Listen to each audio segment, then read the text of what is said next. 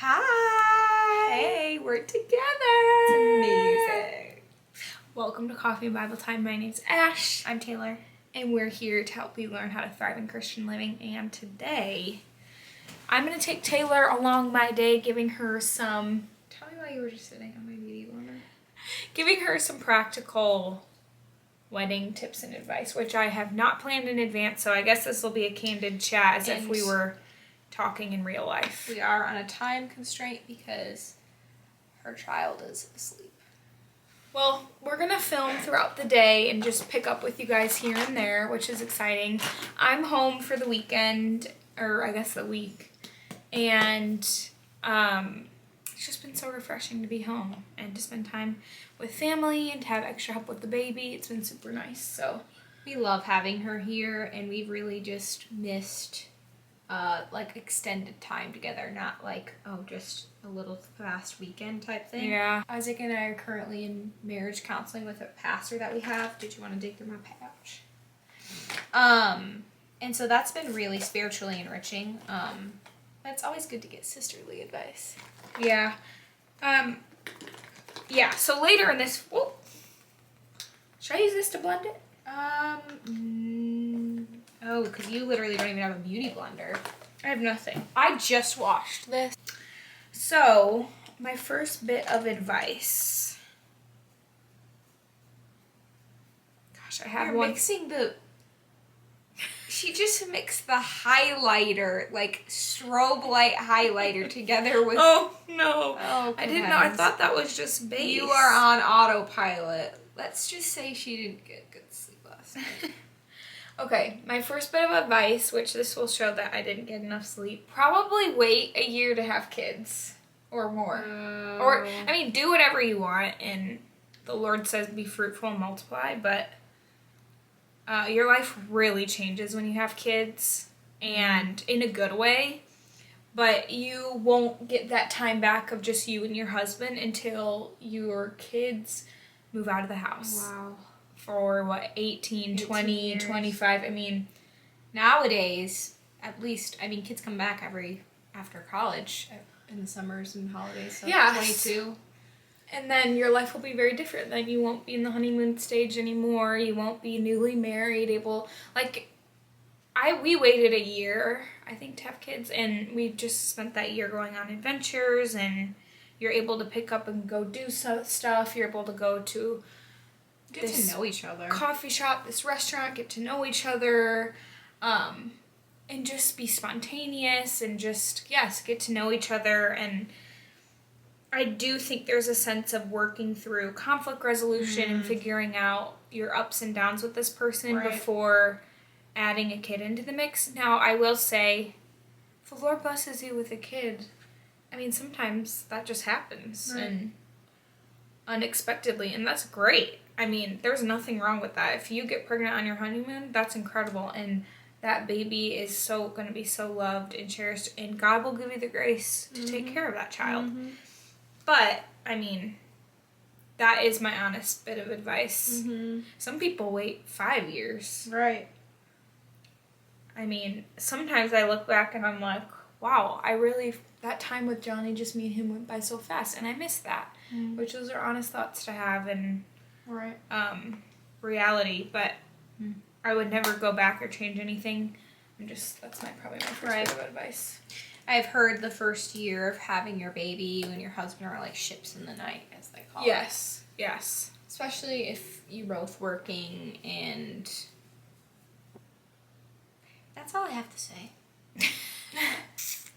Next bit of advice would be...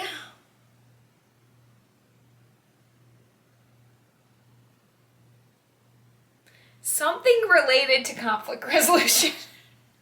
I think that has been me and Johnny's hardest thing to work through in our first few years of marriage is conflict resolution. Yeah. And not being afraid to seek outside help. But you and Isaac have already done that, and I think that you guys are a step ahead. That's very wise to seek outside help with conflict resolution and just figuring out how to work through your differences and learning how to compromise. But I mean, just know in advance that there's going to be hard moments of conflict resolution, especially as you're learning how to live with one another and learning how to, I mean, you guys are so different. He's a man, you're a woman. You think differently. You have different personalities. Same with me and Johnny. Me and Johnny are both very stubborn. Sad to admit that. And we're trying to work. We really are trying to work on it because stubbornness ruins the peace. You have to be willing to take the road of humility, and let things go. Thoughts? Yeah, I will say Isaac and I, we're both stubborn. And you know what? We're all stubborn about something. You know, I'm a pretty relaxed person, but sometimes when your buttons get pushed, you just become stubborn and you dig your heels in. And Isaac and I have had to really try to, relearn everything about conflict management. Because when you grow up with your family, a lot of us have dysfunctional families or have, pretty relaxed families. I'd say we grew up in a pretty relaxed environment. There was minimally no fighting except between the two of us. So I've had to relearn / even learn how to have healthy conflict with Isaac. And it doesn't come easy because we're broken, sinful people.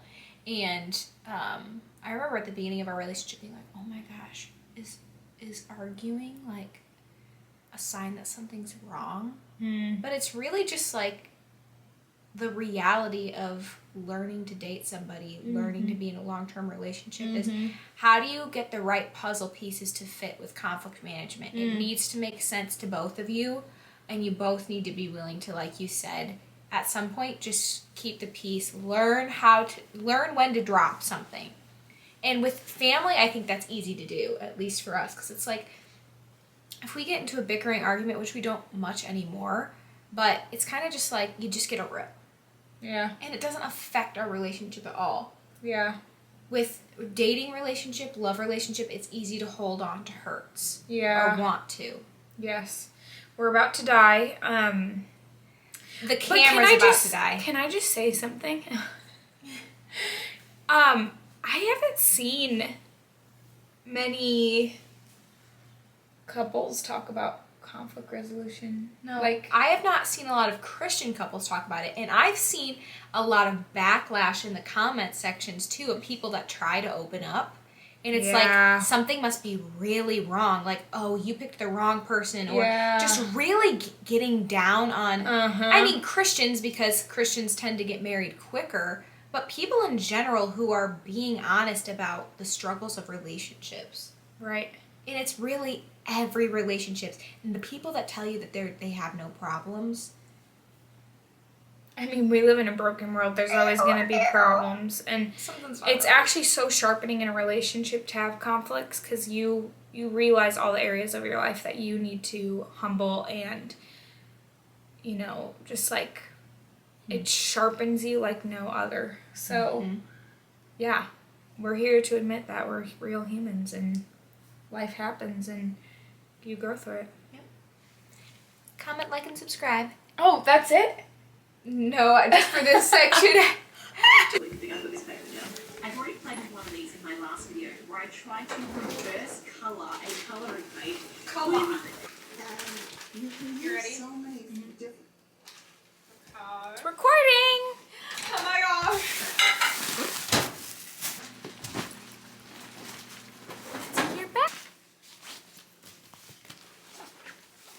So tip number 1 was enjoy quality time together before having kids. I wish I would have said it more like that. Number 2 was conflict management. Conflict management, just seeking help when you need help. And the 3rd tip, it's okay to have mixed emotions going into marriage, being married during that first year. Bittersweet moments of like really enjoying and feeling really excited and happy about being married, but then at the same time, the other side of the coin is a feeling of, I'm sad because I miss home, or I miss the way things used to be, or I miss my family, or maybe in a sense you miss certain things about being single. And it's okay, because at the same time of celebrating this new season you're in, you're also grieving the ending of the previous season, which was your whole life up to this point. How many years? 24 years? Mm-hmm. So, I mean, you're not just overnight going to be able to move on from this past season of life without emotions being there. And so whether it's, you know, for the wife or the husband, you have to give each other grace for those emotions you feel and not feel insecure or like there's something wrong with you, or Isaac feel like there's something wrong with him. If there is feelings of, you know, I am sad, I miss my mom, or I miss my family, or I miss the way things used to be, but you're also enjoying the emotions of being married and having the honeymoon stage, and so it's just weird tension to feel all those emotions, but give yourself grace in that. That's normal. I guess that's what I'm trying to say is it's really normal. I mean, we had that when we had Theo.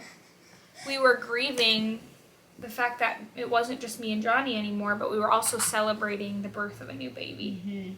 So yeah, that makes sense. That's normal. I mean, I grew up in the same, I've been living in the same town my entire life. This will be literally the first time I've ever moved. I mean, I'm not really counting college in there, although that is definitely a moving experience, but I always came back here as home base, so I think it'll be interesting to be like, wow, I'm only visiting home for like a day or two and then leaving. I have such a close relationship too with my mom. It's like the Bible says, you know, you need to leave and cleave. yes. Meaning, you know, you're gonna have to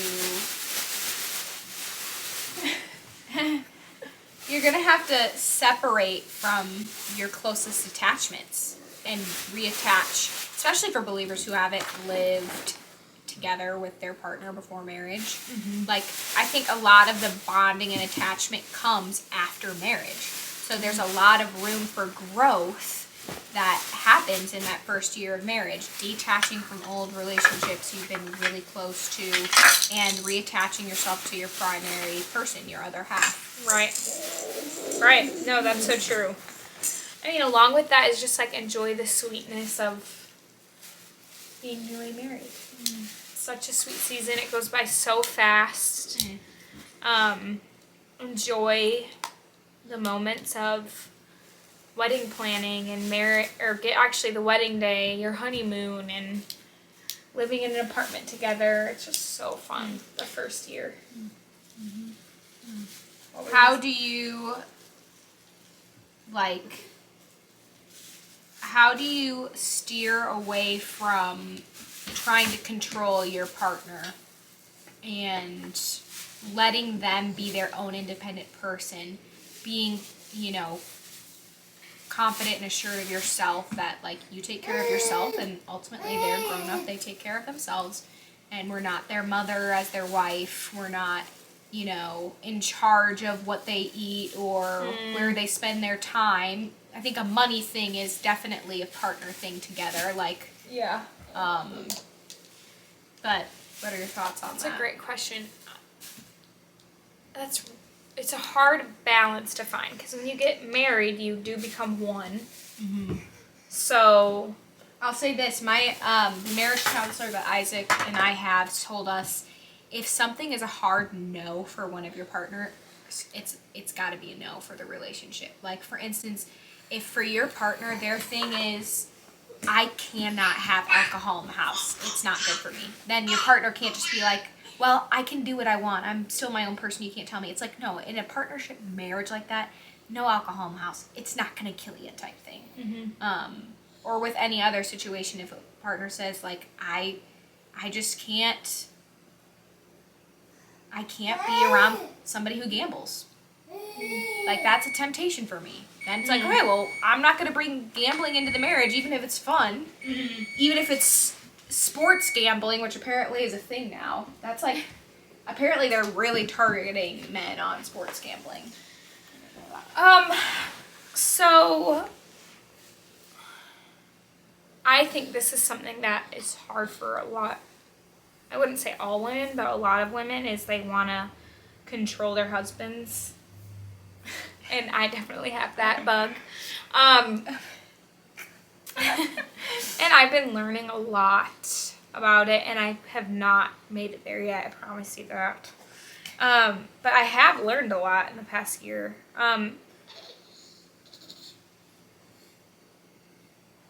Learn from your mistakes. I mean, you're going to make mistakes. You're going to want to control him, but humble yourself. Acknowledge when you have made the mistake of trying to control. Because you'll know when you're trying to control him. The Holy Spirit will convict you, and your husband will not be happy about it. And then you can just tell yourself, you know what, okay, I made that mistake. I recognize that I tried to control him in this area, and Lord, help me learn from this mistake, and help me, like, Holy Spirit, I need you to be convict me, but also change me in this area. And what I was going to say is it really two things. First of all, it's a trust issue. You need to learn how to trust your partner.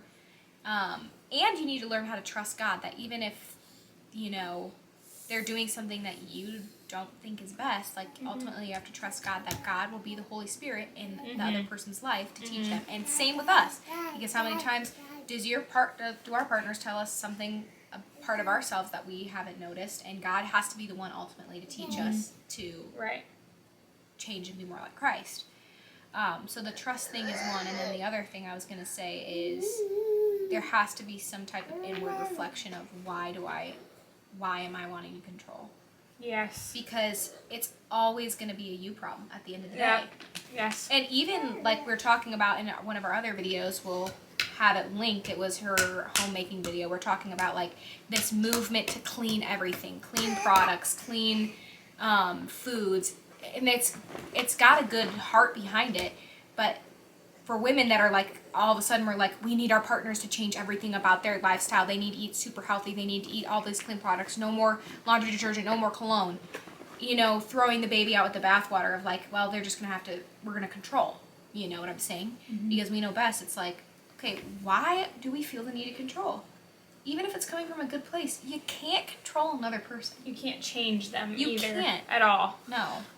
Even in my counseling classes, I've been realizing how important it is to respect the autonomy of another person. Right. Which is the same thing in a marriage. They are their own person. And I think, too, that that's a reflection of how God created us, was with autonomy. He created us with free will to choose Him, to choose to love Him, to choose to abide in Him, and to partner with the Holy Spirit in our lives, and same with our partners. Like, we have to respect the autonomy that God gave them to make their own decisions. Yes, I agree.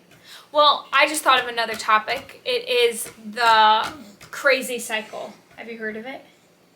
Of fighting? Yes. Okay, we'll pick it up by the bread. We're making sourdough. It's the bulk fermentation time now. So I'm going to cover up the dough, and it will sit now for, it says 3.5 to 5 hours. So that's a long time. You're kidding me. No. Should double in size.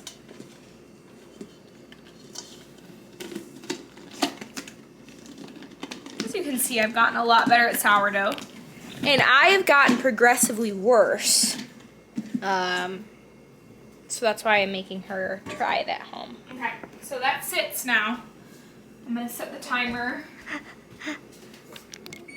All right, the baby is now down for a nap. We ended off the last part talking about the crazy cycle. Do you know what that is? Can I give my best guess? Sure. This is my guess based off of a therapy model. And that is that it's the, what is it called? Emotional focus therapy or something. It's where, for couples, you need to focus on getting out of the cycle of conflict rather than blaming each other. So it's like the cycle is unique to each individual couple. But for what I'm thinking of, it's you have an instigator and you have a retreater, or you have, I don't know, you each have like, basically all conflict is the same. It's a cycle. and you each have kind of like parts that you play in it. Typically, one person is the instigator, and that is wanting to feel seen, and they're trying to feel seen in a way that feels like it's attacking the other person. And for the other person, all they feel is berated, attacked, criticized. They aren't hearing what you're trying to say. And so either they retreat or shut down. Her thing lately has been dark chocolate chips. I don't get it. So the crazy cycle, I'm sure a lot of people know about it, but it's Who about coined that phrase? love and respect. I don't know who. They wrote the book Love and Respect. Because there's that passage in the Bible about how women should respect their husbands should love their wives. So they pretty much came up with this crazy cycle where the woman in the relationship feels unloved by something the man does, so she disrespects him. And then he feels disrespected, so he doesn't love her the way she should be loved, and doesn't show love. And then she doesn't feel loved, so she then disrespects him. He feels disrespected, so he doesn't show love to her. And then it just keeps going. And a book was written about this. It's like a really famous book, but it is true. The crazy cycle. Because when you don't feel the love you want from your partner, it will turn into you disrespecting him. And a man does not like to be disrespected. I mean, a girl doesn't like being disrespected either. But, and then of course when the guy feels disrespected, he's not going to show love to you. Because he's like, I feel disrespected. Right. And then you're like, you're not going to show love to me? Fine, I'll disrespect you. And it's like, zoo. Okay. So, in order to get out of it, I haven't read the book, but I talked to someone who told me about it. I have the book if you want it. You have it. We have the book too, and I still haven't read it. I think to get out of the crazy cycle, one person has to be the bigger person and break it. Right. So, even if he disrespects you, or even if he doesn't show love to you the way you want, rather than you disrespecting him, you show respect to him. Like, there's a way you can say how you're feeling in a way that's not criticizing, not disrespectful, and that leaves room to hear their side. Because what I've noticed with me is, if I feel hurt by something, and I come into a conversation being completely convinced that I have the only right perspective. I was hurt, and he has to see that only as hurt, instead of me seeing, like, how can I believe the best in him? Because a lot of times, they never meant to hurt you. They didn't mean to make you feel unloved. Right. So how do you meet in the middle of them validating that you feel hurt, and you also validating, I see that you didn't mean to do that. Right. Because I feel like, too, men don't want to feel like women are always pointing the finger at them. You're always doing this wrong. You're always doing this wrong. That's nagging. And when they pile up. Nagging life is like a dripping faucet. Yeah. There's like proverbs about that. And there was a time, I feel like, in our dating relationship where I was nagging like every day about something. And it got to a point where he was like, okay, you bring complaints all the time. Like, what's really going on?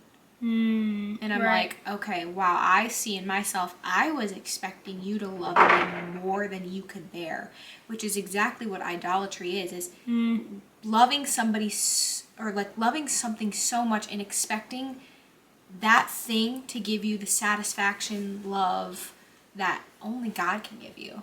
And I'm like, okay, you know what? I need to lower these expectations and focus back on being fulfilled in my relationship with God and making sure that I live my own life, have my own hobbies, am independent. And that has been a game changer for me. Like, I nag, I want to say 70% less. I'm leaving a 30% margin. Maybe certain I nag a lot weeks of the month too. are. Yeah. I just realized we didn't close out the vlog, and I wanted to say thank you so much for watching this far. We're so thankful for you. Of course, we hope you were encouraged by this video. If you have any marriage advice for Taylor or for me, please leave it in the comments below. I would love to hear your thoughts and just all that God has taught you through your years of marriage. And yeah, I think that that's about it. That's all we have for today's video. Check out coffeeandbibletime.com if you want to find out more about us and get connected with us. I will see you guys later. Bye!